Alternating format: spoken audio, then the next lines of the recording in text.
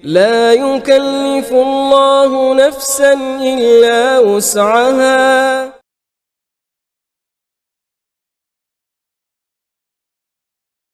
Puasa Syawal adalah puasa yang disunahkan oleh Nabi Shallallahu Alaihi Wasallam. Sebagian dalam Sahih Muslim Rasulullah SAW pernah bersabda, akan barang siapa yang berpuasa di bulan Ramadan, kemudian mengikutkan puasa 6 hari di bulan Syawal, maka seakan-akan dia puasa setahun penuh. Tapi seperti wanita, Ustaz, kadang-kadang kan tidak full. Iya. Sering ada halangan. Ada halangannya. Apakah dia harus mengkodok dulu puasanya itu, baru puasa 6 hari itu, atau boleh mana dulu? Masalah ini adalah permasalahan dikhilafkan, diperselisihkan oleh para ulama. Ini ada dua pendapat di kalangan para ulama, sebagaimana diisyaratkan oleh Syekh bin Baz rahimahullah. Beliau mengatakan ada dua pendapat di kalangan para ulama.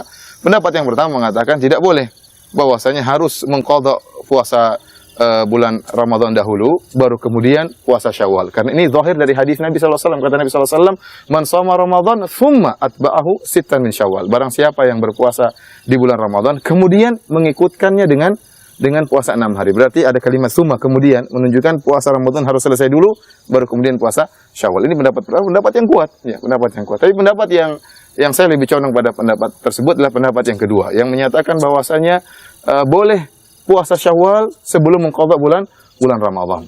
Kenapa? Karena pertama, puasa Ramadan tidak wajib untuk segera untuk diqadha, karena waktu qadha panjang sampai bulan Sya'ban, sampai akhir bulan Sya'ban. Sementara puasa Syawal terbatas pada bulan Syawal, ya. Karenanya waktu bulan Syawal tidak bisa diluputkan, maka kita puasa Syawal dulu, baru kemudian kita bisa mengqadha di hari-hari yang lain.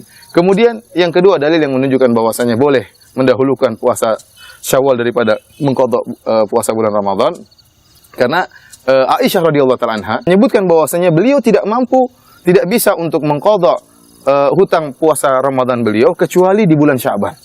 Ini Aisyah radhiyallahu taala anha, istri Nabi sallallahu alaihi wasallam. Dan sulit kita bayangkan seorang sahabiah sekelas Aisyah radhiyallahu taala anha akhirnya meninggalkan puasa-puasa sunnah seperti puasa Asyura, seperti puasa Muharram misalnya, atau puasa misalnya puasa Arafah atau puasa Syawal. Kemungkinan besar beliau radhiyallahu taala anha tetap berpuasa puasa-puasa sunnah tersebut dengan tetap mengakhirkan puasa qadha bulan Ramadan. Dan Aisyah tatkala mengakhirkan mengqadha puasa di bulan Sya'ban, ya, karena memang Rasulullah SAW sering berpuasa di bulan Sya'ban. Rasulullah berbanyak puasa di bulan Sya'ban, puasa-puasa sunnah.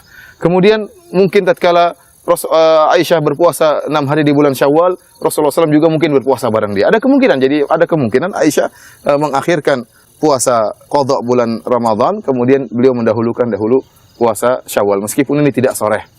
Dalil yang berikutnya, yaitu Rasulullah SAW mengatakan, man shoma Ramadana thumma atba'ahu sittan min Syawal. Barang siapa yang berpuasa bulan Ramadan, kemudian mengikutkan 6 hari di bulan Syawal. Maksud Rasulullah SAW mengatakan, barang siapa yang berpuasa di bulan Ramadan, itu tidak mesti harus sempurna seluruhnya. Tapi bisa orang-orang yang puasa bulan Ramadan kemudian mengqadhanya di bulan yang lain, tetap saja dikatakan dia telah berpuasa bulan Ramadan. Oleh karena tatkala Rasulullah SAW bersabda misalnya, man shoma Ramadhana imanan wa ihtisaban ghufira lahu ma taqaddama min dzambi. Barang siapa yang berpuasa di bulan Ramadan penuh keimanan dan penuh pengharapan, maka akan diampuni dosa-dosanya yang telah lalu.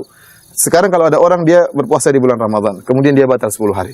Kemudian dia baru mengqadhanya 10 hari tersebut di misalnya bulan Rajab. Apakah dia termasuk dalam hadis ini? Ya, dia termasuk, meskipun dia qadhanya belakangan. Tapi dia dikatakan dia berpuasa bulan Ramadan. Kenapa dia berbuka? Karena ada uzur. Oleh karenanya meskipun pengqadhaannya terakhir diakhirkan, tetap dia mendapatkan keutamaan puasa Ramadan.